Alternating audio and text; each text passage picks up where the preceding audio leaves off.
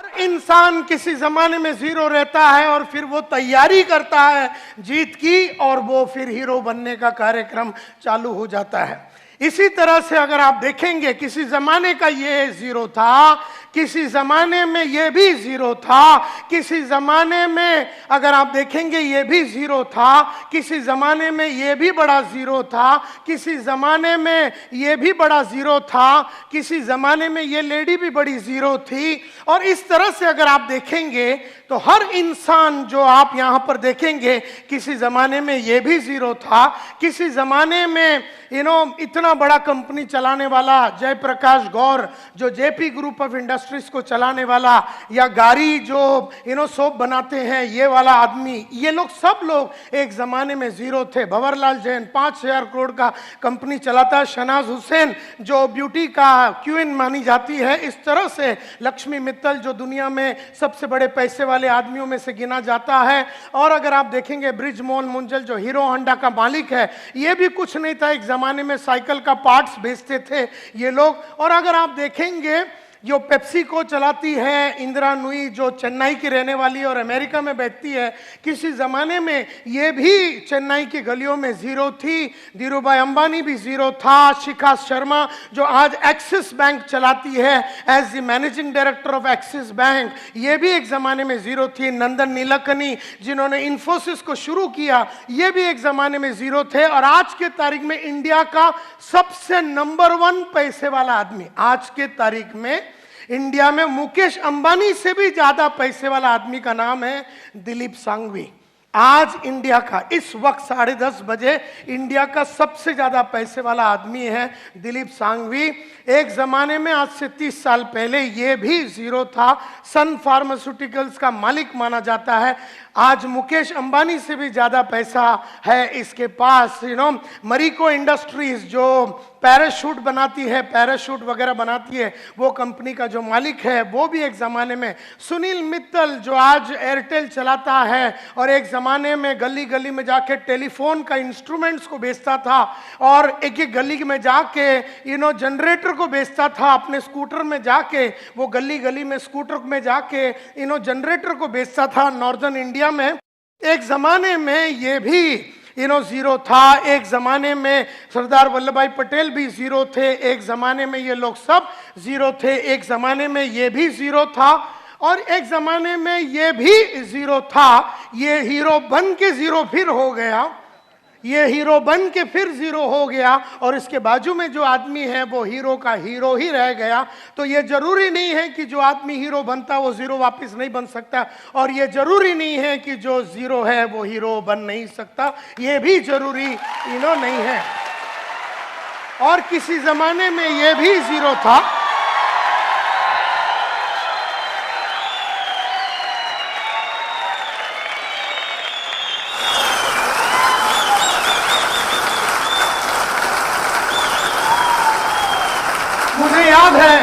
मुझे याद है मैं साहब को मिला था, मोहम्मद माजिद साहब को मिला था 2007 में केरला में।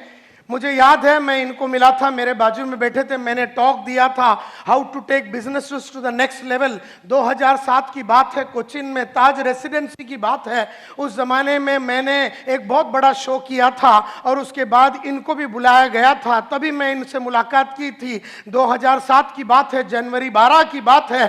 तो ये इंसान को मैं तब से जानता हूं, तो आपको इस कंपनी में विश्वास न करने का कारण ही नहीं है।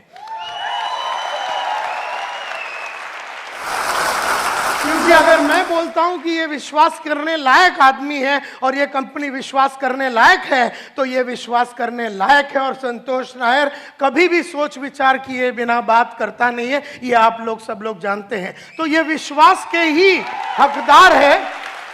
और केरला में जब इनको अवार्ड दिया गया था for the best performer and the best entrepreneur, इस तरह से केरला में इनका बड़ा नाम है और आज तुम्हारे साथ वो काम कर रहा है। तो मुझे बड़ी खुशी है कि इस तरह का कंपनी में तुम लोग काम कर रहे हो। और किसी जमाने में ये भी जीरो था, और किसी जमाने में ये भी जीरो था, और किसी जमाने में ये भी जीरो था, और किसी जमाने में ये भी जीरो था, और किसी जमाने में ये भी जीरो था, और किसी ज़माने में ये और ये और ये सब लोग ज़ीरो थे, और किसी ज़माने में हम भी ज़ीरो थे, और किसी ज़माने में ये और ये और ये और ये लोग सब ज़ीरो थे। लेकिन इन सब लोगों ने ज़ीरो से हीरो बनने का कसम खाया, और उन्होंने की जीत की तैयारी। इन्होंने की जीत की तैयारी, और ये लोग सब लोग रफ डायमंड थे, कोयले के अंदर बैठा हुआ रफ डायमंड की कोई खास कीमत नहीं होती है। फिर वो रफ डायमंड को कोयले के खजान से निकाला जाता है, फिर वो डायमंड के ऊपर 4 चीजें की जाती है। डायमंड के ऊपर 4 चीजें की जाती है। सबसे पहला उसका कलर, डायमंड की 4 क्वालिटी होती है। खास करके डायमंड की सबसे पहली क्वालिटी कलर, जो उसका नेचुरल कलर है उस पर आप कुछ नहीं कर सकते। मतलब अंदर का जो आदमी का नेचुरल जो कैरेक्टरिस्टिक्स है, जो फितरत है ना, उसको बदला नहीं जा सकता, क्योंकि अगर वो बेईमान है तो वो बेईमान है। कहने का मतलब ये है कि जो फितरत है वो बदला नहीं जा सकता, अनलेस वो बहुत मेहनत करके अपने आप में काफी परिवर्तन अगर वो लाता है तो कहने का मतलब यह है कि डायमंड की नेचुरल क्वालिटी में कलर आता है, क्लैरिटी आता है, कैरेट आता है, लेकिन नेचुरल क्वालिटी में एक चीज बिल्कुल नहीं आता है, और वो है कट। तो इंसान लोग डायमंड को करते हैं, लेकिन हम लोगों को कोई कट नहीं कर सकता। जैसे डायमंड को उठा के उसको छीनी हथौड़ी मार के उसको रफ डायमंड से क्रूअल डायमंड से उसको पॉलिश करके उसको कट करके अलग अलग जगह पे उसको फटका मार के उसको कट करके उसके अंदर वो क्लैरिटी को लाया जाता है। इस तरह से आपको अगर जीत की तैयारी करनी है, अगर आपको ज़ीरो से हीरो बनना है, तो आपको अपने आप को कट करना पड़ेगा। आपको अपने आप को अलग अलग तरीके से तकलीफों में डालना पड़ेगा, क्योंकि जब आदमी को कट किया जाता है तो वो बहुत तकलीफ से और बहुत अड़चनों से गुजरता है। तो जो इंसान अड़चनों में गुजरता है वो अपने आप को कट करता है, जो पढ़ता लिखता है वो अपने आप को कट करता है, जो ऑडियो वीडियो सुनता है, जो ट्रेनिंग प्रोग्राम में आता है, जिसका गोल बड़ा क्लियर है, वो सब लोग वो इंसान होते हैं, वो जबरदस्त तरीके से अपने आप को कट करते हैं। और जब वो कट करते हैं वो आग से गुजरते हैं। अगर आप सोने को अगर आग में डालेंगे तो तपता रहता है। इसी तरह से मैं हमेशा कहता हूं कि जो इंसान अपने आप को लगातार कट करता है वो आग से गुजरता है, और वो आग से गुजरना, आग ही आग, आग ही आग, अगर मैं बोलूं अपने आप को लगातार आग में रखना। मेरे को 50 बरस का उम्र हो गया, लेकिन 30 साल पहले जो मैंने अपने आप को आग में डाला, जिस तरीके से मैंने अपने आप को तपाने की कोशिश की, जिस तरीके से मैंने अपनी पर्सनैलिटी में आग लगा के, जिस तरह से मैंने अपने कपड़ों पे आग लगा के, जिस तरीके से मैंने अपने सोच में आग लगा के, जिस तरीके से मैंने अपने जीवन में आग लगा के अलग अलग जो पुराना था उसको जला दिया, पुराना तरीके को जला दिया, पुराना कोट को जला दिया, पुराना सोच को जला दिया, पुराना स्टाइल को जला दिया, पुराना काम करने के तरीके को जला दिया। इस तरह से जला जला के आग ही आग में रह के मैंने अपने आप को जीत के लिए तैयार किया। और इसीलिए हर इंसान, और जो इंसान इस तरह से आग में खेलता है, जो इंसान इस तरह से अपने आप को तैयार करता है, वही इंसान सक्सेसफुल होता है, वही इंसान सक्सेसफुल होता है। और मैं अगर अपनी कहानी शुरू करूं और ये बताऊं तो आज से कई साल पहले की बात है। 1983 में मैंने अपना करियर चालू किया as a door to door salesman. लेकिन उसके पहले मैं रोज सुबह उठता था, सुबह जाके मैं न्यूज़पेपर डालता था। न्यूज़पेपर डालने के बाद चीरा बाजार, न्यूज़पेपर मैं लोखंडवाला के गलियों में डालता था। उसके बाद मैं चीरा बाजार में चरनी रोड में जाके अपना कॉलेज, हिंदुजा कॉलेज में जाता था। दोपहर को मैं चीरा बाजार में अकाउंटेंट का नौकरी करता था और रात को मैं ट्यूशन लेता था। इस तरह से गरीब मेरी जिंदगी बीत रही थी। गरीबी से मुझे प्यार हो चुका था, सोच मेरी छोटी थी, काम करने का तरीका मेरा छोटा था। ट्रेनों में ट्रैवल करता था, सेम शर्ट 4 दिन पहनता पहनता था, एक ही चप्पल कई सालों तक, इस तरह का छोटा जिंदगी में बिता रहा था। ये 1983 की बात है।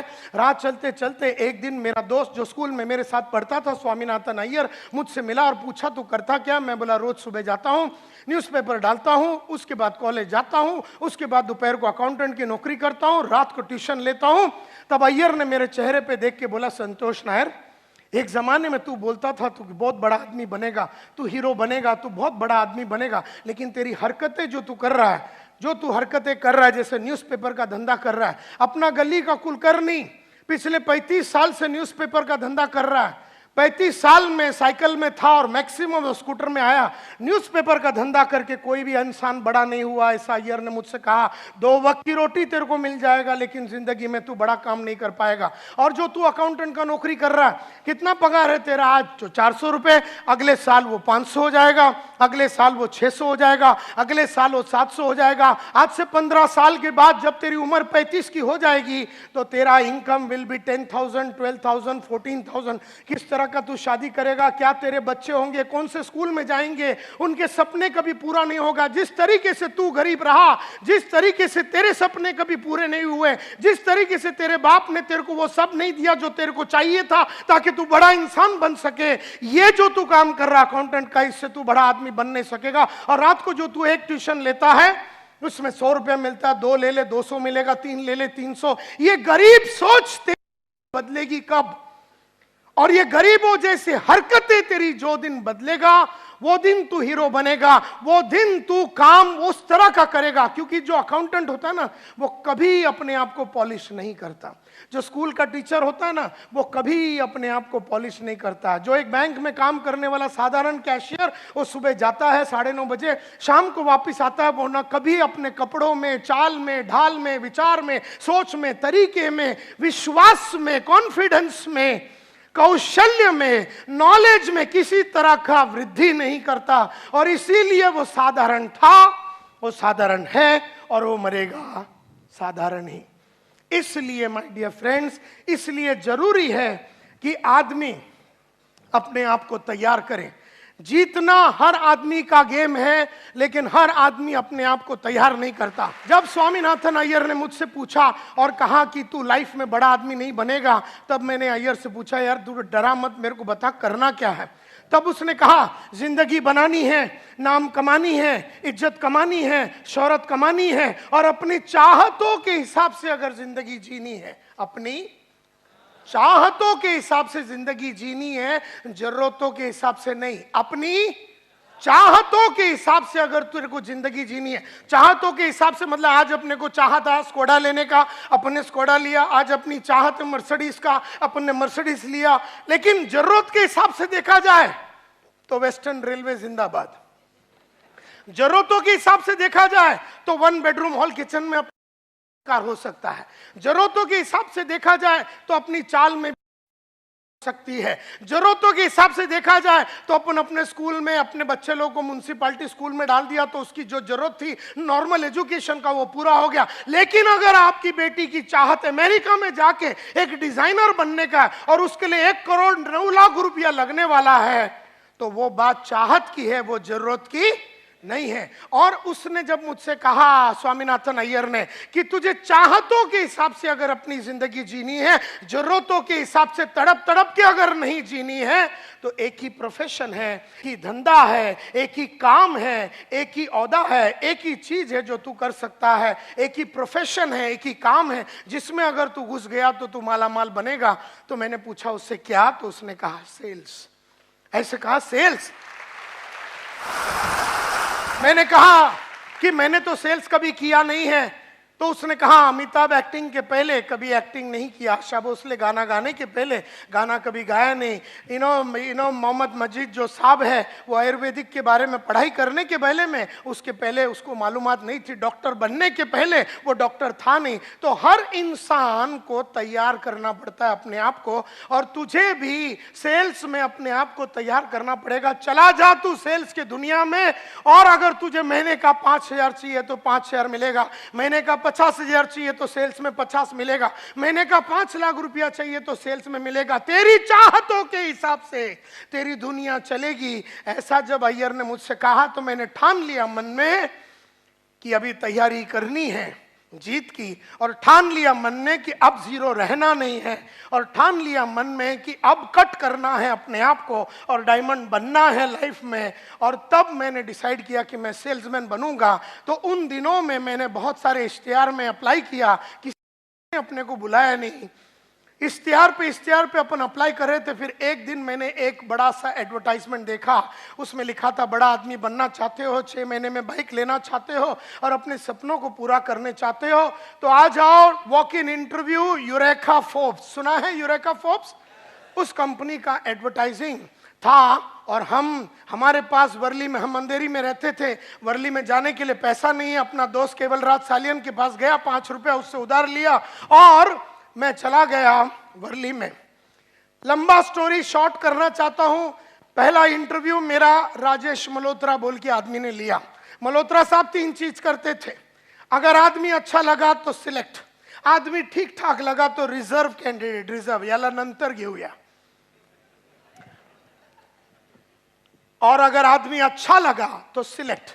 मल्होत्रा साहब ने मेरे को पहले कैटेगरी में डाल दिया, जिसमें उन्होंने मेरे को रिजेक्ट कर दिया, क्योंकि ना मैं सेल्समैन जैसा दिखता था, ना मैं बोलता था, ना मेरी सोच वैसा उनको नजर आया। उन्होंने अंग्रेजी में बहुत सारे क्वेश्चन पूछे, मैं जवाब नहीं दे सका, क्योंकि हम बर्फी वाला स्कूल में पढ़ते थे। डॉन बॉस्को एजुकेटेड मल्होत्रा साहब ने जब अपने को अंग्रेजी में बहुत सारा पूछा तो हम जवाब नहीं दे सके। मल्होत्रा साहब ना सिलेक्ट किया ना रिजर्व में डाला, उन्होंने रिजेक्ट कर दिया। और कहा मुंह पे देख के ये कि हम 15 दिन में बताएंगे। तभी मुझे नहीं मालूम था कि 15 दिन में बताने का मतलब है कि अपने को ऑलरेडी उसने रिजेक्ट कर दिया। ये तो बाद में मालूम पड़ा कि लोग अपने को घुमाने के लिए बोलते हैं ना, सोच के बताएंगे, बाद में बताते हैं। इसका मतलब है अपने को लात मार के उन्होंने भगा दिया। ये बात वो जमाने में नहीं समझ में आया, ये तो बाद में अभी समझ में आता है कि टोपी लगाने के लिए लोग इस तरह से बोलते हैं, मी नंतर कळू तुला, मी बोलतो तुझ्याशी, नंतर ये तू, इस तरह से वो बात करते हैं। तो रिजेक्ट कर दिया। अब मैं तो ये इंतजार में था कि 15 दिन में वो बताएंगे, लेकिन महीना भर में कुछ भी न्यूज नहीं आया।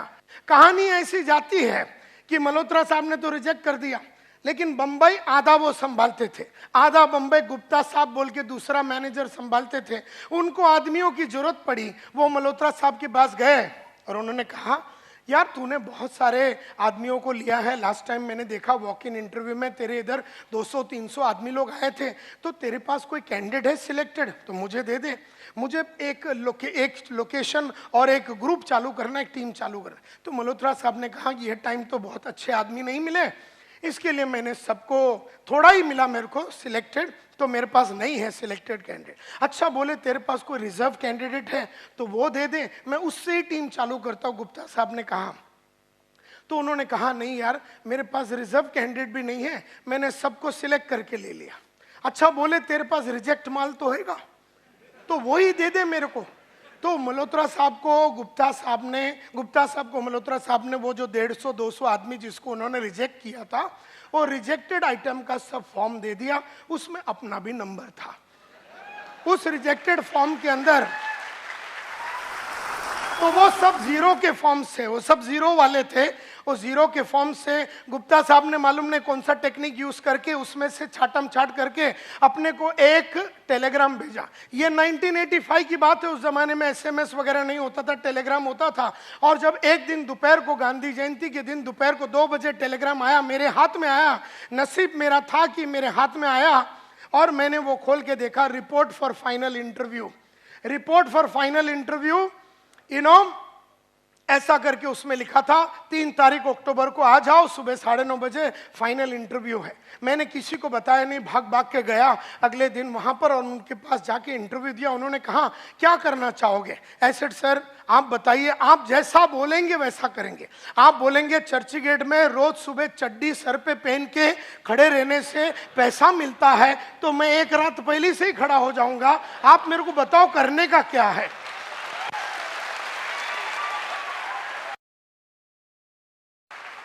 तो इस तरह से मैंने उनसे पूछा, उसने कहा कि क्या कर, मैं बोला सर मेरे को पैसे चाहिए। बोलता ये लाइन में बड़ा इज्जत है, नाम है, शौर्य। मैं बोला इज्जत बिज्जत नहीं चाहिए, अपने को रोकड़ा चाहिए, क्योंकि 18 महीने से भाड़ा नहीं भरा है महाराष्ट्र हाउसिंग बोर्ड को, माँ का इलाज के लिए पैसा नहीं है, बड़ी बहन का शादी नहीं हो रहा, पैसे नहीं है घर में, छोटी बहन का शादी नहीं हो रहा, पैसे नहीं है हाथ में, डॉक्टर को 6 महीने से पैसा नहीं दिया, किराने वाले को 6 महीने से पैसा नहीं दिया, न्यूज़पेपर वाले को 3 महीने से पैसा नहीं दिया, मेरे को आगे पढ़ने का था, पैसा नहीं था। ऐसे सिचुएशन में ये बोलता इज्जत मिलेगा, नाम मिलेगा, वो किधर डालेगा अपन? तो हमने कहा मेरे को इज्जत बिज्जत नहीं चाहिए सर, अपने को बताओ रोकड़ा कैसा कमाने का है, टेल मी पैसा कैसा कमाने का। बोलता है I will teach you how to cell.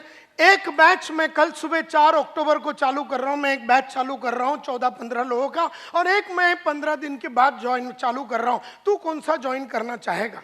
तो हीरो जो 0 लोग होते ना, तो मैंने बोला 15 दिन के बाद आता हूं। ये 0 लोग का यही काम होता है, कल सुबह मौका है, वो 0 लोग कभी पकड़ेंगे नहीं, 15 दिन डीले करें। मैं बोला 15 दिन के बाद आता हूँ, बाकी सब काम सल्टा बिल्टा के मैं आता हूँ। अभी सल्टाने के लिए क्या है लाइफ में? कुछ भी है नहीं, 8 आना है नहीं तेरे जेब में, क्या सल्टाएगा तू? फिर 0 लोग ऐसे बात करते हैं, मैं सल्टा के आता हूँ जैसे कि अंबानी की औलाद है, बहुत कुछ सल्टा के आने का है, इधर कुछ है नहीं।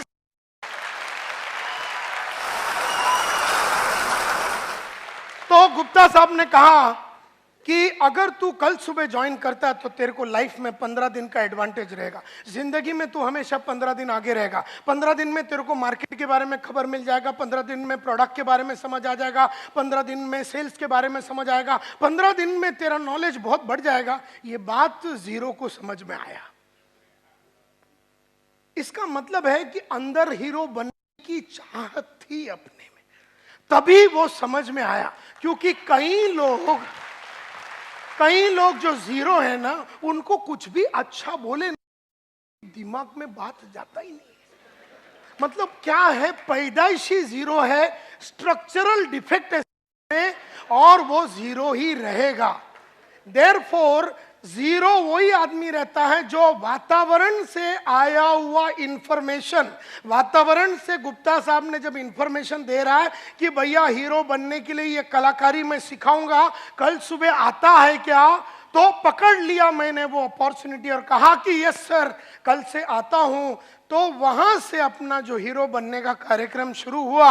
आज उस बात को 30 साल हो गए, मैंने मुड़ के पीछे कभी देखा नहीं है। यू नो,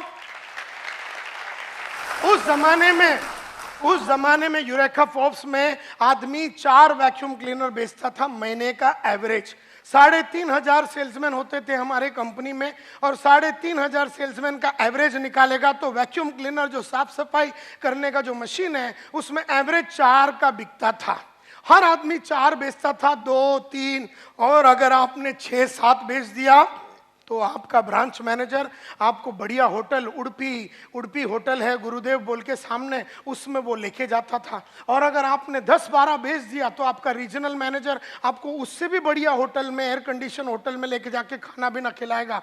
और अगर आपने 12 या 14 बेचा तो आपका कंपनी का मैनेजिंग डायरेक्टर, हमारा कंपनी का मैनेजिंग डायरेक्टर अखिल मार्फतिया, अपना स्टैंडर्ड 2000 रोवर कार, जो उस जमाने में सबसे महंगा गाड़ी होता था, उसमें आता था और ज्वेल ऑफ इंडिया बोल के एक रेस्टोरेंट है वर्ली में, वहां लेके जाता था। तुमको बियर चाहिए, चिकन चाहिए, जो भी चाहिए खिलाएगा, और बदन का कोई भी पार्ट पे चुम्मा लगाने को रेडी था।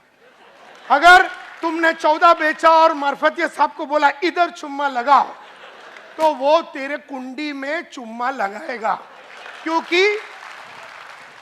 क्योंकि उसको सेल्समैनों से बहुत प्यार था। उसको लगता था कि जो 14-15 बेचता वो बापू है, बापू। और वो जमाने में अपना 5 दिन का ट्रेनिंग हुआ, 4 अक्टूबर को ज्वाइन किया, 11 अक्टूबर को ग्रैंड रोड बाजार में अपन उतरा। You know, my territory was red light area. मेरे को मेरे बॉस ने बोला उधर जा। मैं बोला सर उधर कैसा माल बेचेंगे, वैक्यूम क्लीनर? बोलता उधर बहुत पोटेंशियल है। तो मेरे को लगा कि गुप्ता साहब जाते होंगे तो उनको पोटेंशियल के बारे में ज्यादा मालूम है, तो मैंने मन में ठान लिया कि मैं उधर ही बेचेगा। लेडीज एंड जेंटलमैन, मुझे खुशी है कि 20 दिन में मार्केट में था वो एरिया के अंदर 26 वैक्यूम क्लीनर बेचा मैंने पहले महीने में। तो सबको लगा कि फ्लूक में हुआ, मेरे को भी लगा फ्लूक में हुआ। कभी कभी अपन डायमंड भी फ्लूक में बन जाते, अपने को पता ही नहीं चला बना कैसे, लेकिन बन गए, तो इसी तरह से 26 बिका ऐसे फ्लूक में। ऐसा मुझे भी लगा, दुनिया को लगा, लेकिन फ्लूक नहीं था, क्योंकि अगले महीने में मैंने 32 बेचा, उसके अगले महीने में मैंने 33 बेचा, उसके अगले महीने में मैंने 36 बेचा, उसके अगले महीने में 37 बेचा, उसके अगले महीने में 39 बेचा, उसके महीने में 41 बेचा, उसके अगले महीने में 43 बेचा। लेकिन मैंने जीवन में पिछले महीने से कम कभी नहीं बेचा, कभी नहीं बेचा। तो उन्होंने मेरे को इंडिया का नंबर 1 सेल्समैन बन गया, इंडिया का रातों रात नंबर 1 सेल्समैन मैं बन गया। तो उन्होंने मेरे को ग्रुप लीडर बना दिया, मेरे साथ 4 आदमी डाल दिया, इंडिया का नंबर 1 ग्रुप लीडर बना। तो उन्होंने 12 आदमी दे दिया एक ग्रुप लीडर के साथ, मैं इंडिया का नंबर 1 सेल्स सुपरवाइजर बना। तो उन्होंने फिर मेरे को ब्रांच मैनेजर बनाया, 29 आदमी दिए, मैं इंडिया का नंबर 1 ब्रांच मैनेजर बना।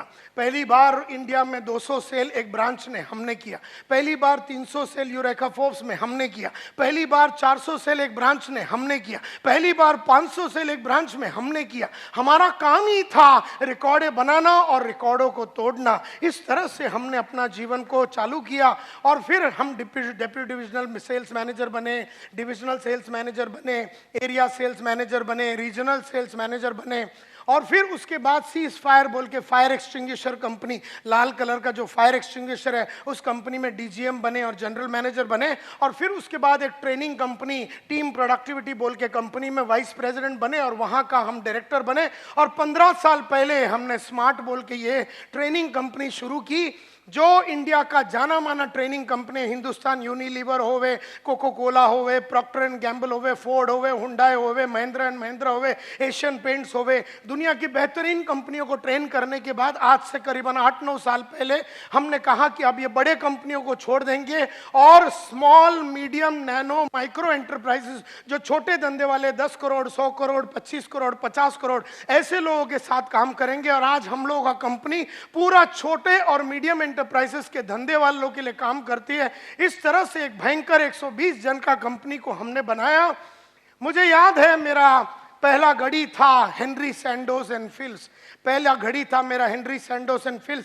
25वां हैंड है मेरे ख्याल से, जो मेरे बाप ने मेरे को गिफ्ट दिया था, सेकंड हैंड भी नहीं था वो, 25वां हैंड था। 25 रुपया का लिया था मेरे फादर ने, वो मेरा पहला घड़ी था। मैंने टारगेट रखा कि मैं 500 रुपये का सिटीजन कॉर्ड्स खरीदूंगा मेरे पहले पगार से, और मैंने वो खरीदा। उसके बाद मैंने लक्ष्य रखा, पर्पस रखा, गोल रखा कि अब मैं 1200 का घड़ी खरीदूंगा, टाइटन क्लासिक खरीदा। फिर मैंने लक्ष्य रखा कि मैं 5000 का घड़ी खरीदूंगा, फिर मैं 50,000 का घड़ी खरीदूंगा। फिर लक्ष्य रखा 1 लाख, 2 लाख, 3 लाख, 4 लाख, 5 लाख, 5,60,000 रुपए का मैंने घड़ी का टारगेट रखा और मैंने रोलेक्स का घड़ी 5,60,000 का खरीदा। मुझे याद है मेरा जो पहला पेन होता था वो 2 रुपए का शार्प का पेन होता था, जो वेस्टर्न रेलवे में अपन ट्रेन में जब जाते हैं तो वो बेचने के लिए आदमी आता है। तब मैंने टारगेट रखा कि मैं विल्सन का पेन रखूंगा 40 रुपया का, 40 रुपए का विल्सन का पेन रखता था। उसके बाद मैंने बोला कि अब मैं पेन रखूंगा 100 रुपये का, और फिर वो 100 रुपये का मैं फ्लेयर का पेन रखता था।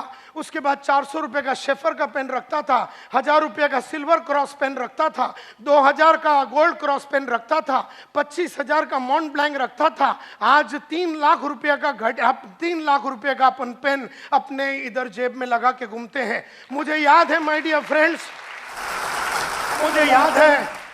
मुझे याद है माय डियर फ्रेंड्स कि मेरा पहला महीने का सैलरी था 500 रुपया। फिर मैंने कहा, लक्ष्य रखा कि अब मैं 5,000 रुपया कमाऊंगा महीने का। भागा भागा भागा, अपने आप में परिवर्तन लाया, कपड़ों में परिवर्तन लाया, बोली में परिवर्तन लाया, चाल में परिवर्तन लाया, सोच में परिवर्तन लाया, सोच में कंप्लीट परिवर्तन लाया। और फिर हमने कहा 50,000 रुपया महीने का कमाएंगे, फिर हमने कहा 2 लाख महीने का कमाएंगे, फिर हमने कहा 5 लाख रुपया महीने का कमाएंगे। जब हम 5 लाख रुपया महीने का कमाते थे, हमने लक्ष्य रखा, पर्पस रखा, गोल रखा कि अब ये महीने का कार्यक्रम नहीं चलाएंगे, अब हमको दिन का चाहिए। तो दिन का हमने टारगेट रखा कि हम 3,000 रुपया कमाएंगे, फिर दिन का 10,000 रुपया कमाएंगे, दिन का 4 लाख कमाएंगे, दिन का 5 लाख कमाएंगे, दिन का 7 लाख रुपया। जब दिन का 7 लाख रुपया कमाते थे तो हमने कहा अब ये इस तरह का गरीब जिंदगी हम जी नहीं सकते दिन में, खाली 7 लाख रुपया कमा के कैसा आदमी जिएगा दिन में। तो हमने कहा अब ये दिन का कार्यक्रम नहीं, अभी अपने को घंटे का चाहिए। तो हमने घंटे का फिर रखा 10,000 रुपया, फिर घंटे का 20,000 रुपया, फिर घंटे का 3 लाख रुपया। इस तरह से हमने अपना जीवन को बिताया। जैसे जैसे पैसा ज्यादा कमाने का था, हमने अपना नॉलेज को बढ़ाया, अपने नॉलेज को बढ़ाया, कई किताबें पढ़ी, ऑडियो देखे, वीडियो देखे, नॉलेज को कंप्लीटली बदला।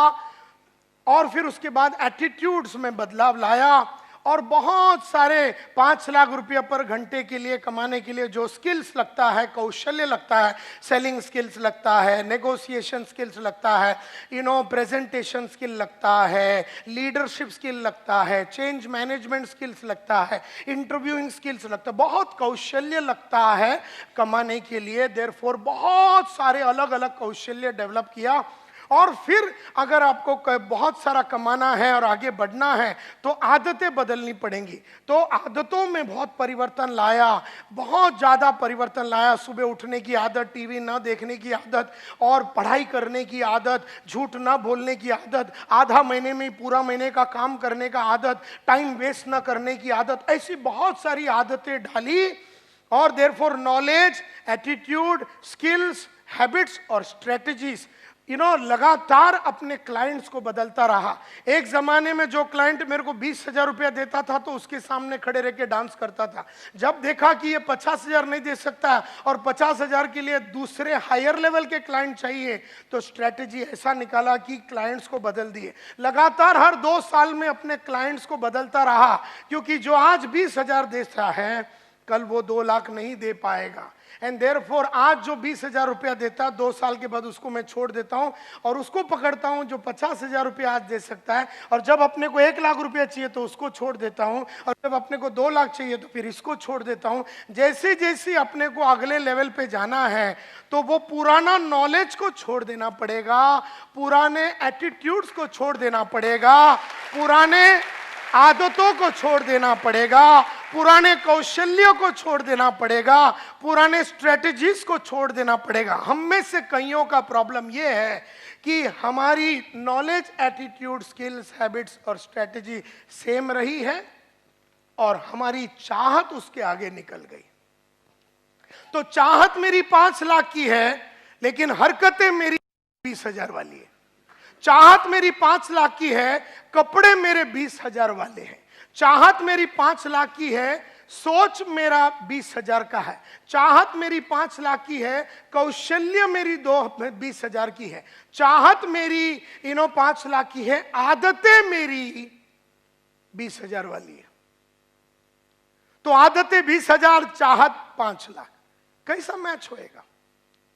And therefore my dear friends, it is a very conscious thing. आपको एकदम कॉन्शियसली जानबूझ के इसके ऊपर सोचना पड़ेगा। हर टाइम आपकी तैयारी जीत की अगली लेवल की होनी चाहिए। आज जो जीत है वो 1 लाख की जीत है, कल का जीत तो 5 लाख की जीत है, परसों का जीत तो 10 लाख का जीत है। और देयरफॉर तैयारी 24 आवर्स मरते दम तक आपको करते रहना है। अभी गरीबों का प्रॉब्लम क्या है मालूम है? ये तैयारी ही नहीं करते। इनको जो घर है ना, वो घर से बहुत सुख है। ये जो चाल में रहते हैं उस चाल का सुगंध इनको बहुत अच्छा लगता है। ये जो रेलवे स्टेशन के बाजू में रहते हैं उनको उधर का सुगंध और आवाज, रेलवे का आवाज नहीं आवे, नींद नहीं आवे। तो इस तरह से गरीबों की प्रॉब्लम क्या है कि गरीब जैसा था। कल मेरे ऑफिस में मैं निकल रहा था, एक लड़का है मेरे कंपनी में, नाम नहीं लूंगा, उसका अंग्रेजी बराबर नहीं है। तो मैंने उसको कहा कि हर रात मैं अपने आप को इंप्रूव करने के लिए, अंग्रेजी को इंप्रूव करने के लिए ये किताब लिखता हूं। मैं उसको किताब बताया, वो किताब कैसे लिखता हूं, मैं रोज कैसे शब्दकोश को बढ़ाता हूं, सब कुछ बताया। और मैंने उसको बोला ये किताब लेके तू आज जाना। 1 घंटे के बाद मैं ऑफिस में वापस आया तो बोल रहा मैं घर जा रहा हूं। मैंने तूने वो किताब लिया? बोले नहीं सर, ईस्ट में है ना। अब हम वेस्ट में बात कर रहे थे, बोले ईस्ट में है, अंधेरी ईस्ट के ऑफिस में है। तो मैं ना नोटबुक में लिखता हूं। मैं बोले यही प्रॉब्लम है, तुम छोटी सोच वाली औलाद ऐसे ही मैंने उसको बोला, तेरे को मैं बोलता हूं कि ये बुक लिख, तेरे को बुक बताता हूं, तेरे को बताता हूं कि मैंने अपने अंग्रेजी को कैसे सुधारा, तेरे को मैं रास्ता बताता हूं, तेरे को मैं बुक खोल के पूरा डिटेल में तेरे को बताता हूं कि कैसा रोज रात को मैं लिखता हूं, एक एक करके मैं कैसे लिखता हूं कि आज मैंने क्या अचीवमेंट किया अंग्रेजी के लिए, इससे मेरे को क्या फायदा हुआ, कल मैं अंग्रेजी को कैसे सुधारूंगा और उसके लिए क्या कदम लूंगा। मैं तेरे सामने ऐसा 10 बुक दिखाया, ये बुक तेरे को बोलता अपना ईस्ट वाले ऑफिस में जाके ले, और मेरे को बोलता ईस्ट में।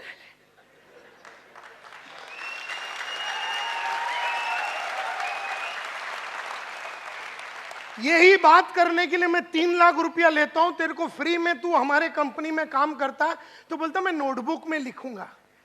अबे मैं बोला नोटबुक में लिखना, और ये नोटबुक जिसमें नायर साहब की चित्र है, तो जब ये खोलेगा ना, इसका नाम है 21 day habit and confidence multiplier, यानी इंग्लिश की हैबिट, या फिर अभी इसको अगर हेल्थ के लिए यूज करना, अगर आपका वजन बहुत ज्यादा है, आपको वजन कम करना, 21 दिन में आपको 10 किलो कम करना, 21 दिन में 21 दिन में डायमंड बनना है ना, रोज रात को ये लिखने का, 21 दिन में आप बन सकते हैं।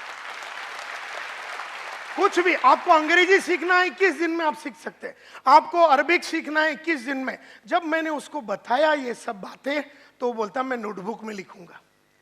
यही सोच है एक छोटे आदमी का, कि जब बड़े विचार उसके सामने पेश किया जाता है, बड़े तरीके से काम करने का रास्ता उसको दिखाया जाता है, तब आदमी छोटेपन पे ही बैठा रहना चाहता है।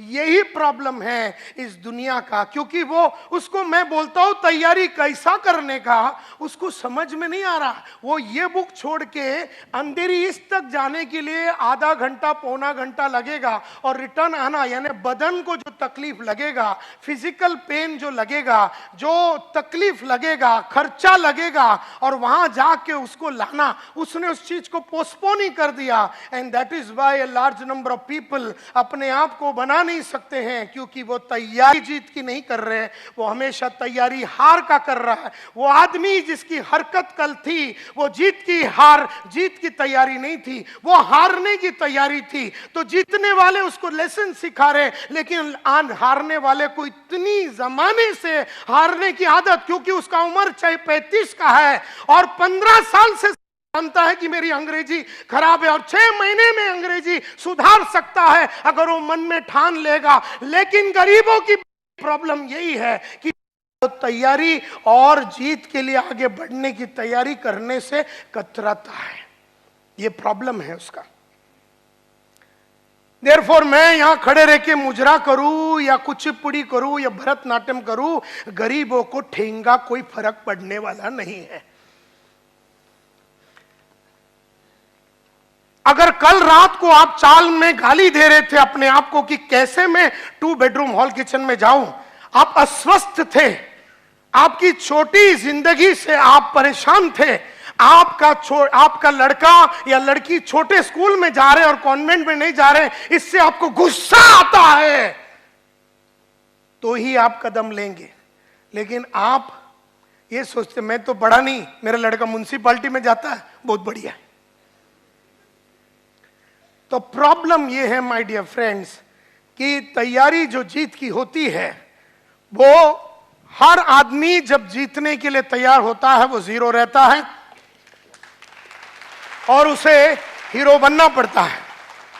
इस तरह से मुझे याद है कि मेरा पहला जो गाड़ी था, पहला जो बाइक था, वो मैं वेस्टर्न रेलवे में जाता था। उसके बाद मैंने पहला सेकेंड हैंड कावासाकी बजाज खरीदा। फिर मैंने कहा कि इसके ऊपर ज़्यादा देर मैं वक्त नहीं बिताऊंगा, तो मैंने राजदूत 175 टेलीस्कोपिक सस्पेंशन वाला बाइक लिया। उसको मैंने थोड़े दिन चलाया, मैं बोला इसको ज़्यादा दिन नहीं चलाऊंगा। सेकेंड हैंड प्रीमियर पद्मिनी का लक्ष्य रखा।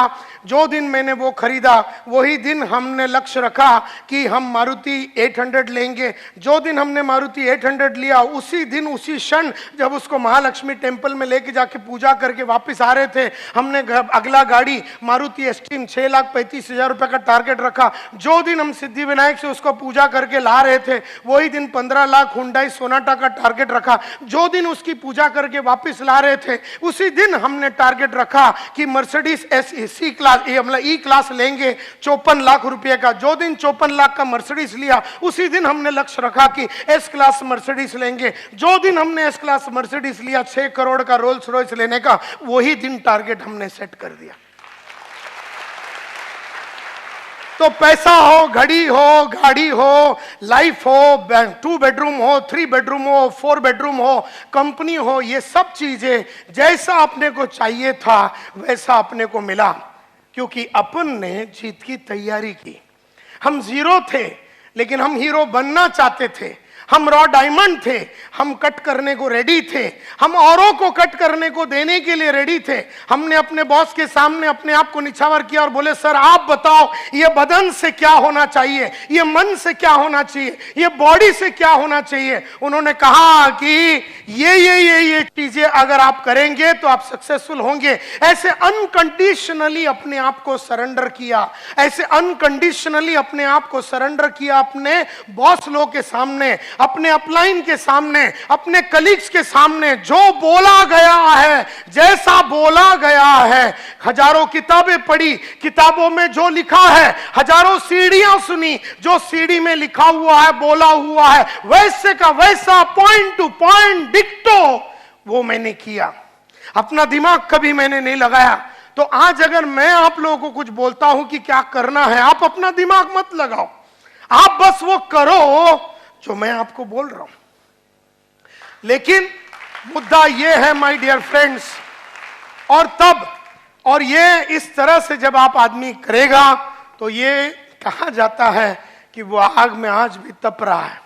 हर दिन मैं 1 घंटा रीडिंग करता हूं, हर दिन मैं रोज रात को ऐसे 3 किताबें लिखता हूं जो मेरे 1 से सवा घंटा ले लेता है। इस तरह से मैं जो चीजें करता हूं, 1 से सवा घंटा रोज मैं जीत की तैयारी करते हूं। और जबकि मेरा कमाई दिन का 5-1 लाख रुपया है, तब मैं सवा घंटा रोज रात को ऐसी किताबें लिखता हूं। तो समझ लो कि तुम्हें कितना तैयारी करना पड़ेगा, कितना एफर्ट डालना पड़ेगा। आज हम ये स्टेज पे आ गए हैं, फिर भी हमने पढ़ाई लिखाई को बंद करने से इनकार किया। हम कभी ये मानते ही नहीं है कि माझ्याकडे काही आहे आणि मला काही कळतं। अपने को कुछ नहीं आता है, अपन एकदम सिंपल आदमी है, अपने को जमाने के बारे में कुछ नहीं मालूम है। रोज रात को पढ़ता हूँ, रोज रात को अपने आप को अपग्रेड करता हूँ, और इसीलिए 30 साल से रेगुलरली सक्सेस मिला। कईयों को 1 साल सक्सेस मिलता है, फिर नीचे चला जाता है, फिर 6 महीना गायब रहता है, फिर थोड़ा सक्सेस मिलता है, फिर वो नीचे चला जाता है, फिर थोड़ा मिलता है, फिर वो गाँव चला जाता है, फिर नीचे चला जाता है। इस तरह से लाइफ बढ़ता नहीं है, इस तरह से लाइफ बनता नहीं है।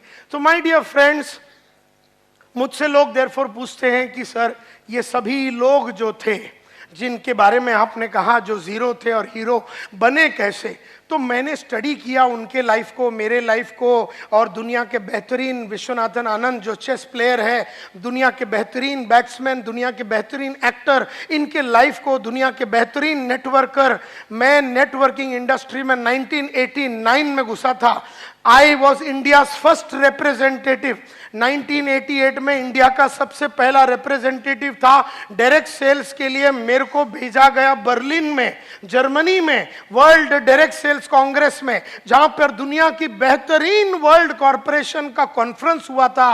और आज से करीबन 30 साल पहले मैं पहली बार नेटवर्किंग से वाकिफ हुआ। तो मेरा पहचान और मेरी अंडरस्टैंडिंग और मेरी क्लैरिटी 30 साल पुरानी है। और मैंने इन 30 सालों में देखा कि लगातार कुछ लोग आगे बढ़ते हैं और कुछ लोग ऊपर नीचे, और कुछ लोग बढ़ ही नहीं रहे हैं, वो उठ ही नहीं पा रहे हैं। तो ऐसा क्यों हुआ? तो मैं एक वॉयज ऑफ डिस्कवरी में गया। मैंने कईयों की बायोग्राफी पढ़ी, ऑटोबायोग्राफी पढ़ी, मैंने बहुत सारे लोगों का मीटिंग किया, और मैंने बहुत सारे चीजें सोचा, और दुनिया की बेहतरीन MLM और नेटवर्क मार्केटिंग के लोगों से वर्ल्ड वाइड मिला। एमवे का मालिक, एवरीश्लेन का मालिक, एवॉन का मालिक, सब मेरे बाजू में बैठे रहते थे आज से करीबन 25-30 साल पहले। और उन सब लोगों को वर्ल्ड की सबसे बढ़िया कंपनी की, एमएलएम कंपनी की लोगों से मेरा उठना बैठना हुआ था 30 साल पहले। उन सब से सीखा और मैंने पूछा अपने आप से, दुनिया के लिए पूछा कि सक्सेस का फॉर्मूला क्या है। तब मुझे समझ में आया, success everybody wants it, yes और नो। मैंने देखा कि किसी को भी पूछो सक्सेस चाहिए, तो मुझे लगा कि हार्ड वर्क शायद सक्सेस का फॉर्मूला रहेगा। लेकिन मैं आज आपको बताना चाहता हूं, हार्ड वर्क का सक्सेस से कोई लेना देना नहीं है। क्योंकि अगर हार्ड वर्क ही सक्सेस का फॉर्मूला है तो मेरे बाजू में एक आदमी रिक्शा चला रहा, पिछले 30 साल से गरीब था, गरीब है, गरीब रहेगा। तो हार्ड वर्क का सक्सेस से कोई लेना देना नहीं है। हाँ, शायद हार्डवर्क एक चीज हो सकता है सक्सेस के लिए, एक एलिमेंट हो सकता है सक्सेस के लिए, लेकिन सिर्फ हार्डवर्क से आदमी लाइफ नहीं बना सकता। क्योंकि अगर सिर्फ हार्डवर्क करना है तो मजूर लोग भी रोज हार्डवर्क करते हैं लेकिन उनका लाइफ सक्सेसफुल नहीं होता। देयरफॉर हार्डवर्क शायद सक्सेस का एक फॉर्मूला है, लेकिन सिर्फ हार्डवर्क से सक्सेस नहीं मिलता। फिर हमने देखा कि सीक्रेट ऑफ सक्सेस अगर जानना है तो क्या देखना है, हमें क्या यह देखना है कि आदमी ने क्या किया। तो आदमी ने, सचिन तेंदुलकर ने क्या किया, 50 सेंचुरी मारा टेस्ट में, 50 सेंचुरी मारा वनडे में। आदमी ने क्या किया सब देख रहे हैं। आदमी ने क्या किया, मोहम्मद माजिद साहब 40,000 करोड़ के मालिक है, आज इतना फैक्ट्री है, ये है, सेमी डायरेक्ट इतना वर्ल्ड वाइड कॉरपोरेशन है। आदमी ने क्या किया ये सब जानते हैं, लेकिन मुद्दा ये नहीं कि आदमी ने क्या किया, आदमी को वो किसने और क्या चीज ने करवाया ये जानना जरूरी है। कौन है जो सचिन तेंदुलकर से 50 सेंचुरी करवाया, क्या है जिसकी वजह से सचिन तेंदुलकर 50 सेंचुरी वनडे में मारा, 50 सेंचुरी मतलब टेस्ट मैच में मारा। वो क्या है जो नायर साहब को 7 लाख रुपया दिन का कमाने में मजबूर करती है। कौन कर रहा है उसे, क्या किया ये सब लोग जानते हैं कि वो 7 लाख कमा रहा है, लेकिन दैट इज नॉट इंपॉर्टेंट। तो काय केलं दैट इज नॉट इंपॉर्टेंट। कोणी त्याच्याशी हे करून घेतलं, क्या की, मतलब what made main do it, क्या चीज है जिन्होंने उनसे ये करवा के लिया, ये जरूरी है। क्योंकि अमिताभ बहुत बड़ा एक्टर है और करोड़ों रुपया कमाता है, व्हाट मेन डू, तो वो तो नजर आ रहा है कि वो क्या किया है, कि वो रोल्स रॉयस गाड़ी चलाता, ये तो दिखता है, लेकिन what made main do it, क्या चीज करने के वजह से वो रोल्स रॉयस तक पहुंचा, क्या चीज करने की वजह से वो 50 सेंचुरी मार सका, क्या चीजें करने से वो 7 लाख रुपया दिन का कमा सकता है, क्या चीज करने से। तो जब मैं इस स्टडी पे पहुंचा तो मैं समझ गया कि मैं ढूंढ रहा था the common denominator of success, कि वर्ल्ड में सक्सेस का कॉमन डिनोमिनेटर या कॉमन फैक्टर क्या है। मैं इस नतीजे पे पहुंचा कि दुनिया में सिर्फ सक्सेस का एक फॉर्मूला है, और ये मैं 500 बार बोल चुका हूं, लेकिन फिर भी जब जब मैं बोलता हूं तो मुझे याद आती है कि मुझे ये करते रहना है, हर दिन, हर शाम, हर घंटे मुझे करते रहना है। जानना और करने में बहुत फर्क है। जानने वाले लोग इंटेलिजेंट होते हैं, करने वाले लोग वाइज होते हैं।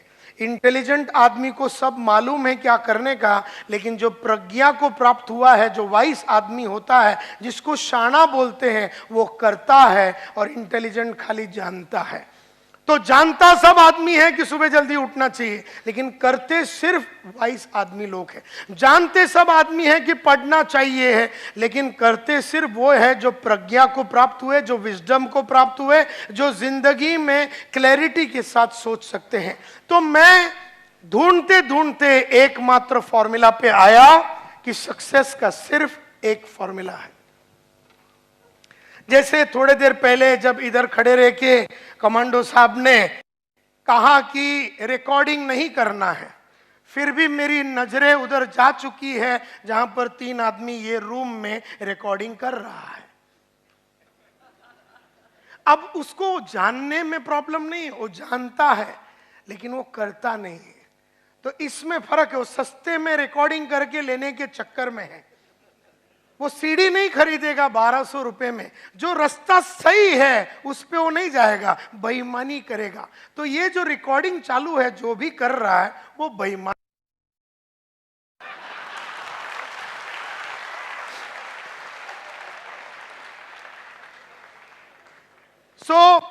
क्योंकि उसको बोलने के बावजूद समझ में नहीं आता। वो अनपढ़ गवार नहीं है, वो शाना समझता अपने आप को, लेकिन है वो गधा। समझने से शाना कोई नहीं होता, बनने से ही शाना होता है। तो सक्सेस का एकमात्र फॉर्मूला है और वो है ये: The secret lies in the fact that successful people form the habit of doing things that failures don't like to do. बड़ा सिंपल है। सक्सेस का फॉर्मूला सिर्फ एक ही है। सक्सेस का फॉर्मूला सिर्फ एक ही है और वो ये है, the secret of success. Success का सीक्रेट कहां पर है? It is in the fact कि सक्सेसफुल लोगों ने वो करने की आदत डाली जो उन्हें अच्छा नहीं लगता। सक्सेसफुल लोगों में और अनसक्सेसफुल लोगों में फर्क सिर्फ इतना है कि सक्सेसफुल लोगों ने वो करने की आदत डाली जो अनसक्सेसफुल लोगों को करने को अच्छा नहीं लगता। सक्सेसफुल लोगों में और अनसक्सेसफुल लोगों में, कामयाब लोगों में और नाकामयाब लोगों में फर्क सिर्फ इतना है कि कामयाब आदमी ने वो करने की आदत डाली जो उसे अच्छा नहीं लगता और नाकामयाब आदमी हमेशा वो करता है जो उसे अच्छा लगता है। मुझे भी सुबह उठने को अच्छा नहीं लगता, तुम्हें भी सुबह उठने को अच्छा नहीं लगता, लेकिन रोज सुबह 5:15 बजे उठ के मैंने उठने की आदत डाली। मुझे भी पढ़ने को रोज 1 घंटा सुबह पढ़ने को अच्छा नहीं लगता, तुम्हें भी रोज सुबह 1 घंटा पढ़ने को अच्छा नहीं लगता, लेकिन रोज सुबह मैंने 1 घंटा पढ़ पढ़ के मैंने पढ़ने की आदत डाली। मुझे रोज सुबह जू बीच में जाके 1 घंटा चलने को अच्छा नहीं लगता, लेकिन रोज सुबह मैं और मेरी बीवी जू बीच में जाके चल के चलने की और एक्सरसाइज करने की आदत। मुझे भी रोज सुबह आधा घंटा मेडिटेशन करने को अच्छा नहीं लगता, तुम्हें भी वो चीजें करने को अच्छा नहीं लगता, लेकिन मैंने रोज सुबह आधा घंटा मेडिटेशन कर करके मैंने करने की आदत डाली। मुझे भी टीवी देखने को अच्छा लगता है, तुम्हें भी टीवी देखने को अच्छा लगता है, लेकिन मैंने नहीं देख के ना देखने की आदत डाली और तुम देख के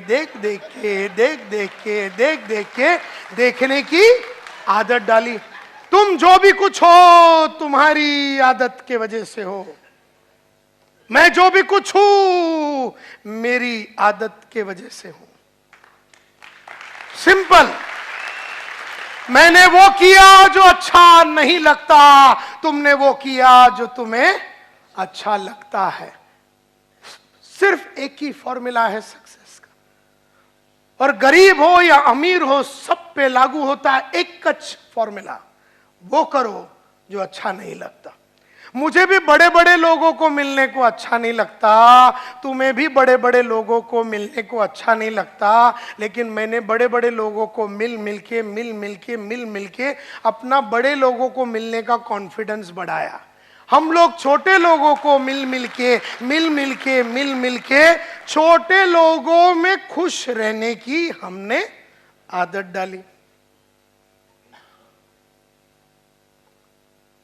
मुझे भी झूठ बोलने को अच्छा लगता है, तुम्हें भी झूठ बोलने को अच्छा लगता है, लेकिन मैंने नहीं बोल के न बोलने की आदत डाली। और कई डाउनलाइन ने अपने अपलाइन को टोपी लगा लगाने की आदत डाली। मुझे भी रोज काम करने को अच्छा नहीं लगता, तुम्हें भी रोज काम करने को अच्छा नहीं लगता, लेकिन मैंने रोज काम करके रोज रेगुलरली काम करने की आदत डाली। तुमने कभी कभी काम करके कभी कभी काम करने की आदत डाली। तुम जो भी कुछ हो तुम्हारी आदत की वजह से है। अमिताभ जो भी कुछ है उसकी आदत की वजह से, मैं जो भी कुछ हूं मेरी आदत की वजह से है। हम सब लोग जो भी कुछ है हमारी आदत की वजह। और मैं ये बोलता हूं क्वालिफिकेशन से कोई फर्क नहीं पड़ता है, एजुकेशन से कोई फर्क नहीं पड़ता है। तुम कहां से आए, तुम महाराष्ट्रन हो, हिंदू हो, मुसलमान हो, तुम सिख हो, ईसाई हो, तुम्हारा बाप गरीब था, तुम चाल में रहते थे, तुमने पढ़ाई किया नहीं किया, तुम्हारा सपोर्ट है सपोर्ट नहीं है, तुम्हारा अच्छा कांटेक्ट है नहीं है, तुम चाल में रहते थे बिल्डिंग में रहते थे, इससे कोई फर्क नहीं पड़ता। तुम्हें सिर्फ वो करना है जो तुम्हें अच्छा नहीं लगता। कई लोग इधर आके बैठ के, कई लेक्चर में आके बैठ के सो जाते हैं, बैठ के सो जाते हैं, क्योंकि उनको लेक्चर में आके बैठ के सोने की आदत लग गई। और कोई लोग है किताब लेके आते, बोले इंपॉर्टेंट पॉइंट लिखते हैं, चलो इंपॉर्टेंट पॉइंट लिखते हैं। और कई लोग ऐसे खाली हाथ, मैं जिधर भी जाता हूं नोट्स बनाता हूं, तुम जिधर भी जाते हो नोट्स नहीं बनाते हो। फर्क सिर्फ इतना ही है, मैं वो बुक लेके आता हूं और पॉइंट लिखता हूं। मैं प्रोग्राम खत्म होने के बाद रात को घर में जाता हूं और पूरे दिन में जो प्रोग्राम में जो ट्रेनर ने सिखाया, करीबन 1.5 से 3 घंटा बैठ के पूरा दिन में क्या सीखा वो पूरा लिख देता हूं। तो तुम्हारे जगह पे मैं आज अगर होगा तो रात को जो है सोने के पहले 200 पेज की किताब में संतोष नायर ने आज सुबह 10 बजे से लेके 10:30 से लेके 1:30-2 बजे तक क्या बताया वो मैं पूरा लाइन से लिखूंगा। नायर साहब ने सक्सेस का फॉर्मूला बताया, नायर साहब ने बताया, नायर साहब ने ये बताया। ऐसे लिखते लिखते मैं 3-3:30 बजा डालूंगा। और तुम में से कई ऐसे लोग हैं बराबर रात को 10 बजे राणा प्रताप देखेंगे, उसके बाद कुछ तो लोग कहेंगे देखेंगे, उसके बाद 11 बजे आहट देखेंगे,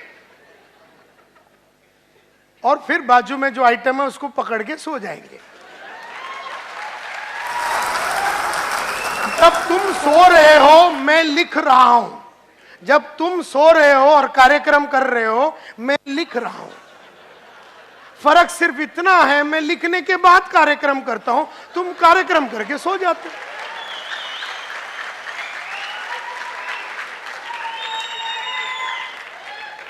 तो जब तुम दूसरे दिन सुबह उठे, तुम सेम आइटम है, मैं जब उठा तो मैं बदल गया था।